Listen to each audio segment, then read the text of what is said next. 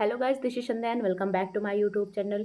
In this video मैं बात करने जा रही हूँ यूपी टीजीटी पीजीटी 2022 के बारे में। सबसे पहले मैं बता दूं कि ये बहुत ही अच्छी गुड न्यूज़ है, क्योंकि एग्ज़ाम सेंटर सिटी कल आउट हो गया, तो इससे तो 100% मुहर लग चुकी कि अब हमारा एग्ज़ाम डेफिनेटली होगा। बहुत सा ऐसे अफवाहें चल रही थी जो कि उन लोग कह रहे थे कि एग्ज़ाम नहीं होगा, ये वो and all that, but now अब क्लियर हो गया है कि एग्ज़ाम हमारा होगा। वैसे 3 और 4 जून को हमारा एग्ज़ाम लगा हुआ है, और ये हमारी जो वैकेंसी थी 2022 वाली थी, अब जाके एग्ज़ाम हो रहा है। मतलब देख लीजिए, 4 सालों का संघर्ष, मतलब 4 साल में अब जाके एग्ज़ाम हो रहा है। तो फाइनली बहुत ही लाइफ में अप एंड डाउन्स आए। मैं पर्सनली अपना बताऊँ तो मेरी तो तब तक शादी भी नहीं हुई थी, बट अभी तो मेरा एक बेबी भी हो गया है, वो 2 साल का हो गया है, अब जाके एग्ज़ाम हो रहा है। लाइफ में बहुत ज़्यादा उतार उतार चढ़ाव आया। कभी एग्ज़ाम सुनने में आता था कि अभी एग्ज़ाम होने वाला है, फिर पोस्टपोन हो जाता था, फिर सुनने में आता था होने वाला है, फिर पोस्टपोन हो जाता था। 3 से 4 बार तो 4 बार उन्होंने, पिछले आयोग ने एग्ज़ाम की डेट क्लियर करी, बट उन लोगों ने एग्ज़ाम नहीं कराया। फाइनली प्रशांत सर जो हैं, जो कि अभी हमारे नए आयोग के अध्यक्ष हैं, उन्होंने अभी जाके सब कुछ क्लियर किया। उनके बिहाफ पे ये सारा एग्ज़ाम हो रहा है, तो क्रेडिट उन्हीं को जाता है। और अब मैं बता दूं कि अब एग्ज़ाम हमारे पास, जिनका 3 तारीख को, उनके लिए 9 दिन बचा हुआ है, क्योंकि आज 24 तारीख है। और जिनका 4 तारीख को, उनके लिए 10 दिन बचा हुआ है। तो उनको अभी अपने एग्ज़ाम में अपने मतलब इन 9-10 दिनों में के अंदर का क्या उनको सावधानी बरतनी पड़ेगी, क्या उनको मतलब ऐसी चीज़ें, अननोइंग चीज़ें नहीं पढ़नी है, ताकि उनका एग्ज़ाम अच्छे से निकल जाए। और अब इम्पॉर्टेंट टू इम्पॉर्टेंट क्या चीज़ पढ़ना है, मैं उस बारे में बात करने जा रही हूँ। सबसे पहले मैं अगर अपने सब्जेक्ट की बात करूँ, तो मेरा सब्जेक्ट इंग्लिश लिटरेचर है, और मेरा 4 तारीख को एग्ज़ाम है, 4 जून को। और मेरा तो एग्ज़ाम सेंटर सिटी, मतलब मैंने फॉर्म फिलअप प्रयागराज से किया है, बट सेंटर सिटी मेरा वहाँ पे चला गया है, प्रतापगढ़ में। तो आप लोग भी अपना पहले सबसे सेंटर सिटी चेक कर लीजिए, क्योंकि थोड़ा सा दूर भेज रहे हैं इन लोग, पता नहीं क्यों। क्योंकि इतने ज़्यादा स्टूडेंट भी नहीं है, फिर भी पता नहीं क्यों इतना दूर भेज रहे हैं, वो तो मुझे नहीं पता है, बट आप लोग चेक कर लीजिए। अब जो है सो है, बस एग्ज़ाम हो जाए, इतना ही हो। और दूसरी चीज़ मैं बता दूं कि इन 10 दिनों के अंतर्गत आप कोई भी नया टॉपिक बिल्कुल भी मत टच करिएगा। ऑनेस्टली मैं बता रही हूँ, बिल्कुल भी मत टच करिए, उधर देखिए भी नहीं। कोई भी कितना भी कह रहा है कि 9 दिन के अंतर्गत इतनी पढ़ लीजिए, ये हो जाएगा, 10 दिनों के अंतर्गत ये पढ़ लीजिए, ये हो जाएगा, कुछ भी मत करिएगा। शांति से जितने PYQs है, कितना मतलब बहुत से पीजीटी का पेपर जब आया हुआ था, तो लोग कह रहे थे कि बहुत लोगों ने कहा है कि पीजीटी के पेपर में PYQs क्वेश्चन नहीं आए हैं ज़्यादा, PYQs पढ़ने से कोई अब मतलब नहीं है, पैटर्न चेंज हो गया, ये वो एंड ऑल दैट।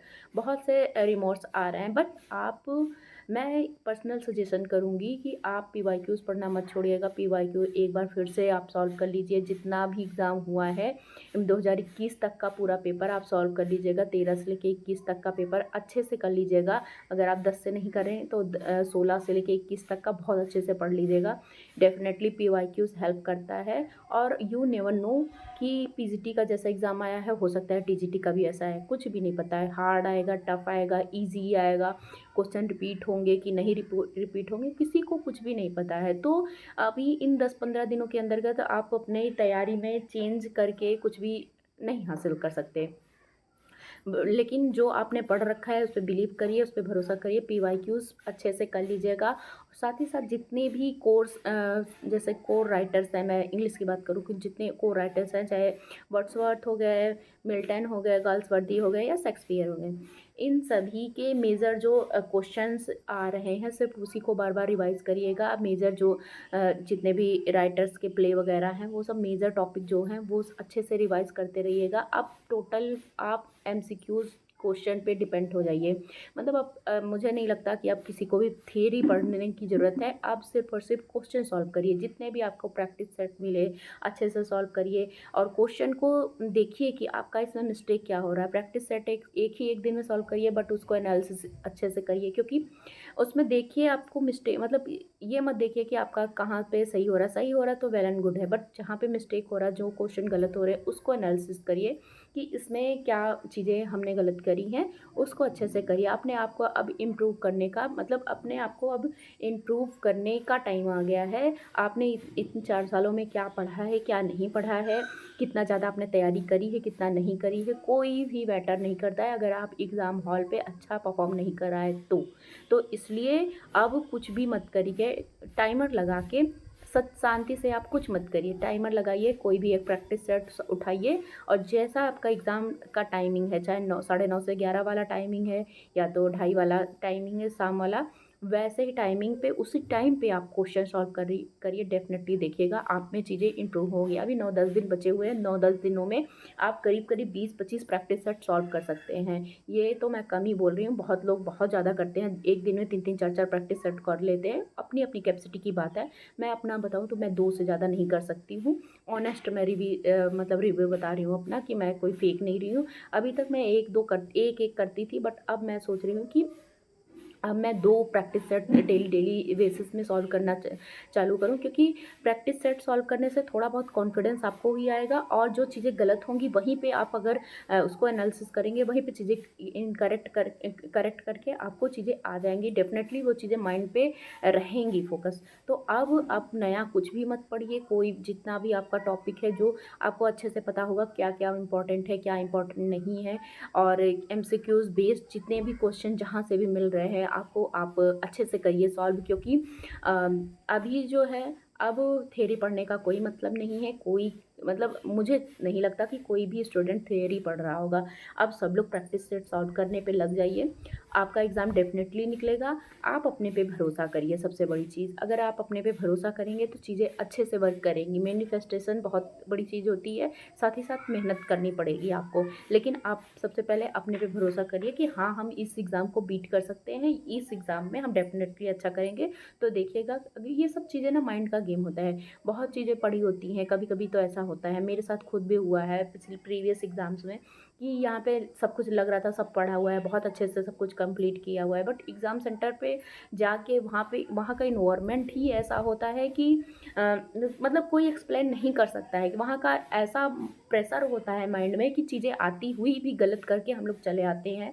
तो अच्छे से आप ये चीज़, मैं अपना एक्सपीरियंस बता रही हूँ, मैं ये गलती दोहराने की कोशिश नहीं करूँगी और डेफ़िनेटली मैं चाहूँगी कि मैं भी इस गलती से उभरूँ, इसीलिए मैं अपना प्रैक्टिस सेट सॉल्व करना स्टार्ट कर दी हूँ। आपको ही मैं ये सजेशन दूँगी कि आप भी ये गलती दोहराने की कोशिश मत करिएगा। देखिए, जो एग्ज़ाम सेंटर में बैठता है उसी को ही वो क्या कहते हैं, माहौल के बारे में पता होता है, बाकी लोग ज्ञान दे के चले जाते हैं, बट एग्ज़ाम सेंटर का जो प्रेशर होता है ना, वो कितनी भी चीज़ें अच्छे से आती रहती हैं, वहाँ पे ऐसा लगता है कि ये चीज़ तो मैंने पढ़ी ही नहीं, ये चीज़ भूल गए हैं।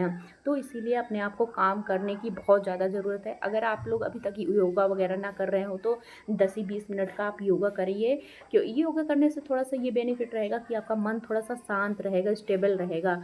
ये चीज़ मैं इसलिए कह रही हूँ क्योंकि मैंने करके देखी है, और जो घबराहट, पैनिक की सिचुएशन होती है वो ना हो, इसलिए मैं कह रही हूँ कि अगर 10-20 मिनट का सुबह-शाम में आप योगा कर सकते हैं तो योगा कर लीजिए, वरना वॉक वगैरह कर सकते हैं, जो भी कर सकते हैं।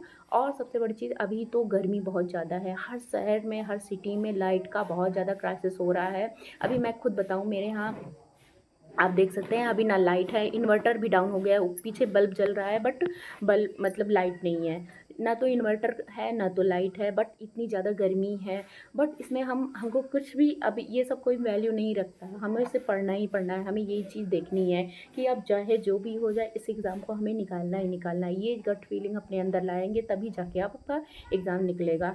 देखिए, अभी अपने आप को गर्मी से भी बचाने की ज़रूरत है। अगर थोड़ा-सा भी आप बीमार पड़े ना, तो बहुत ज़्यादा नुकसान आप ही को होगा, किसी को भी कोई फ़र्क नहीं पड़ेगा। लास्ट में लोग बस कमेंट कर देते हैं कि नहीं हुआ, नहीं पढ़ा होगा, नहीं ये होगा। मतलब कोई भी एक्सक्यूज़ काम नहीं आता है। कोई आपका 4 साल का मेहनत बिल्कुल भी नहीं देखेगा। सिर्फ़ और सिर्फ़ लोग जज करते हैं, रिज़ल्ट देखेंगे कि आपका हुआ कि नहीं हुआ। तो बहुत दोस्त आ जाएँगे, नहीं हुआ तो आपको ताने मतलब डेफ़िनिटली सुनने पड़ेंगे। सबसे बड़ी चीज़ मैं बता दूँ, हाउसवाइफ़ के लिए तो ये बहुत टफ़ सिचुएशन है, क्योंकि उनको घर का काम भी करना पड़ रहा है, किचन वगैरह सब कुछ सँभालना पड़ रहा है इसी गर्मी में। प्लस अगर जिनका बेबी है, जैसे मैं बताऊँ, तो मुझे किचन का काम भी पूरा करना पड़ रहा है सुबह-शाम। प्लस मेरे पास छोटा बेबी है 2 साल का, तो उसको भी मैनेज करना पड़ रहा है। उसके बाद भी इस मतलब ऐसा नहीं है कि मैं नॉर्मल फ़ैन चला लूँ या लाइट चला लूँ। अभी मैं बताऊँ कि मैं विंडो के सामने बैठी हुई हूँ और हवा जो है ना गरम-गरम आ रही है, बट क्या कर सकते हैं, अब इन सिचुएशन को फेस तो करना ही पड़ेगा। अगर आई हुई है, वो सबके साथ है, मेरे ही साथ नहीं, ऑब्वियसली सबके साथ है। तो वो चीज़ मैं थोड़ा-सा ये कहना चाहूँगी कि आप लोग अपने हेल्थ पे ध्यान दीजिएगा, क्योंकि हेल्थ सही रहेगी तभी आपका एग्ज़ाम निकलेगा। और थोड़ा-सा ठंडा पानी पीजिएगा, बहुत ज़्यादा तीखी तली भुनी चीज़ें अवॉइड करिएगा, क्योंकि उससे कॉन्स्टिपेशन हो सकता है और तबीयत ख़राब हो सकती है। बहुत सी चीज़ें मतलब आपको पेट से रिलेटेड बहुत ज़्यादा प्रॉब्लम हो जाएगी। तो इससे बढ़िया तो काम मतलब ठंडी चीज़ें खाइएगा, फल फ्रूट्स थोड़ा-सा ज़्यादा सेवन करिएगा, तेल मसाला से बचिएगा। बस यही सब सजेशन था मेरा। मेरा पर्सनल ये चीज़ था, तो मैंने सोचा कि मैं आपके साथ भी शेयर करूँ। और सबसे बड़ी चीज़, आप प्रैक्टिस करना मत भूलिएगा और पीवाईक्यू डेफ़िनेटली सॉल्व करिएगा। कितने भी लोग कह दें कि पीवाईक्यू से क्वेश्चन नहीं आ रहा है, 2021 का पीजीटी म सॉरी 2026 का पीजीटी का पेपर आपने उठा के देख लिया, उसमें पीवाईक्यूज़ बहुत कम आए हुए हैं। बट आपको कुछ भी नहीं पता कि अगर उन्होंने पीजीटी में दिया है तो टीजीटी में सेम देंगे, ऐसा कुछ भी नहीं पता। तो जो पढ़ा हुआ है 4 सालों में वही रिपीट करते रहिएगा, उसी को बार-बार पढ़िएगा। ऐसा ना हो कि हम नया पढ़ने के चक्कर में पुरानी चीज़ें जो हमने पढ़ रखी है वो भी भूल जाएँ और एग्ज़ाम में ईज़ी क्वेश्चन हमारे गलत हो जाएँ। अगर ईज़ी क्वेश्चन गलत हो जाएँगे ना, तो वहीं पे ही हम लोग आउट हो जाएँगे। और ये एग्ज़ाम ऐसा है ना कि ये ही लास्ट एग्ज़ाम है टीजीटी 2022 का, जिसमें खाली एक ही एग्ज़ाम होना है, सिर्फ़ एक ही एग्ज़ाम से जॉब लगनी है। बाकी तो अब जो नई वैकेंसी आ रही है उसमें हो सकता है प्री मेंस हो सकता है कि उन लोग जीएस वग़ैरह इंक्लूड कर सकते हैं। बहुत ज़्यादा ये आ रहा है कि जीएस वग़ैरह इंक्लूड कर देंगे, तो आपको आपके सब्जेक्ट्स के अलावा भी और चीज़ें पढ़नी पड़ जानी है। तो अगर आपने इस 2022 वाले फॉर्म को फिलअप कर रखा है, तो इन 9-10 दिनों में जी जान से मेहनत करिए, लग जाइए, करो या मरो वाली सिचुएशन रख लीजिए, क्योंकि 9-10 दिन हो सकता है आपकी लाइफ बिल्कुल चेंज कर दें। इतना जो 4 साल का कठिन तपस्या थी, हो सकता है इन 9-10 दिनों के अंतर्गत आप इतनी मेहनत कर ले जाएँ कि 4 साल भी भारी पड़ जाए और आप एग्ज़ाम को अच्छे से क्रैक कर सकें। वैसे मैं बता दूँ, मेरिट बहुत हाई जाएगी हर सब्जेक्ट की, मैं बता दूँ, क्योंकि बहुत लोग 4-4 साल से पढ़ रहे हैं, तो डेफ़िनेटली मेरिट तो हाई जानी ही जानी है। और पेपर भले ही ईज़ी आएगा, टफ़ आएगा, कुछ भी आएगा, आप कुछ नहीं कह सकते हैं, मेरिट हाई जाएगी, ये तो आप अच्छे से मान के चलिएगा। इसलिए क्योंकि इसमें नेगेटिव मार्किंग भी नहीं है, लोग बहुत अच्छे से पढ़ भी रहे हैं, पढ़ा भी रहे हैं, तो डेफ़िनेटली वो लोग अच्छा वर्क करके ही आएँगे। और आप अपने ऊपर भरोसा रखिए, क्योंकि अगर आप अपने ऊपर भरोसा रखेंगे तभी आपका एग्ज़ाम निकलेगा। सबसे पहले होता है ना कि अगर आपको कॉन्फिडेंस है, वहीं पे चीज़ें प्लस पॉइंट होना चालू हो जाती हैं, क्योंकि बहुत क्वेश्चन कभी-कभी ऐसा होता है, मेरा खुद का भी लास्ट एग्ज़ाम में मेरे ईएमआरएस वाले एग्ज़ाम में यही हुआ था कि क्वेश्चन मुझे आ रहे थे, सब कुछ मुझे पता था कि ये क्वेश्चन का आंसर ये है, बट अपने आप को मतलब इतना कॉन्फिडेंस नहीं हो रहा था कि अपने आप को मतलब वो क्या कहते हैं, क्रॉस चेक करने के चक्कर में मैंने बहुत सारे 4-5 क्वेश्चन मिस्टेक कर दिए थे और मेरा वहाँ से ईएमआरएस से मेरा वहीं पे जर्नी एंड हो गई थी। तो इसलिए मैं अपनी गलतियों से ही मतलब अपने आप को जब इम्प्रूव कर रही हूँ, तो वही चीज़ें मैंने सोचा कि आपके साथ भी शेयर कर दूँ, इसलिए मैंने ये चीज़ आपके साथ शेयर की। बाकी और अच्छे से पढ़िएगा, स्वस्थ रहिएगा, ठंडा पानी पीजिएगा, खूब पानी पीजिएगा, खाना कम खाइएगा, यही बताऊँगी, क्योंकि नींद बहुत आ रही है। मतलब मुझे खुद भी आ रही है, दोपहर में बहुत ज़्यादा नींद आती है, पता नहीं क्यों, इतनी गर्मी रहती है फिर भी नींद आती है। अचानक से पढ़ते-पढ़ते आपका आँख बंद हो जाती है, कुछ पता नहीं चलता, इसलिए पानी जितना हो सके उतना ज़्यादा पीजिएगा। खाना-वाना कम खाइएगा, मैं खुद ही थोड़ा बहुत सोचती हूँ कि अवॉइड ही करूँ, फ्रूट्स वगैरह ज़्यादा ले लीजिएगा, जूस वगैरह पी लीजिएगा। और गर्मी है, अभी लाइट वाला बहुत ज़्यादा इश्यू चल रहा है, पूरे सिटी में इश्यू चल रहा है। तो उसका हम लोग कुछ कर नहीं सकते, बस उसका कुछ ना कुछ तोड़ निकाल सकते हैं। जैसे कि मैं विंडो के सामने पढ़ रही हूँ, थोड़ा गर्म हवा थोड़ा क्या आ ही रही है, सच बताऊँ तो। बट अब इसके बाद कोई ऑप्शन भी नहीं है, अगर या पढ़ो या तो बैठ जाओ। तो करो मरो वाली सिचुएशन मेरी खुद की है, इसलिए मैं भी पढ़ रही हूँ। और थोड़ा-सा मुझे लगा कि इस टॉपिक पे वीडियो बनाना चाहिए था, इसलिए मैंने आपके साथ शेयर किया। बाकी आपको मेरा वीडियो कैसा लगा प्लीज़ कमेंट करिएगा। बाकी मिलते हैं नेक्स्ट वीडियो में। Thank you for watching this video. अपना ध्यान रखिएगा, अच्छे से पढ़िएगा, मन लगा के पढ़िएगा। डेफ़िनेटली ये एग्ज़ाम आपका है, ये पेपर आपका है और ये सीट आपकी है। अच्छे से पेपर करिएगा, पक्का निकलेगा ज़रूर। बेस्ट ऑफ लक और मेरे लिए खुद भी। Thank you for watching this video. Bye bye, take care.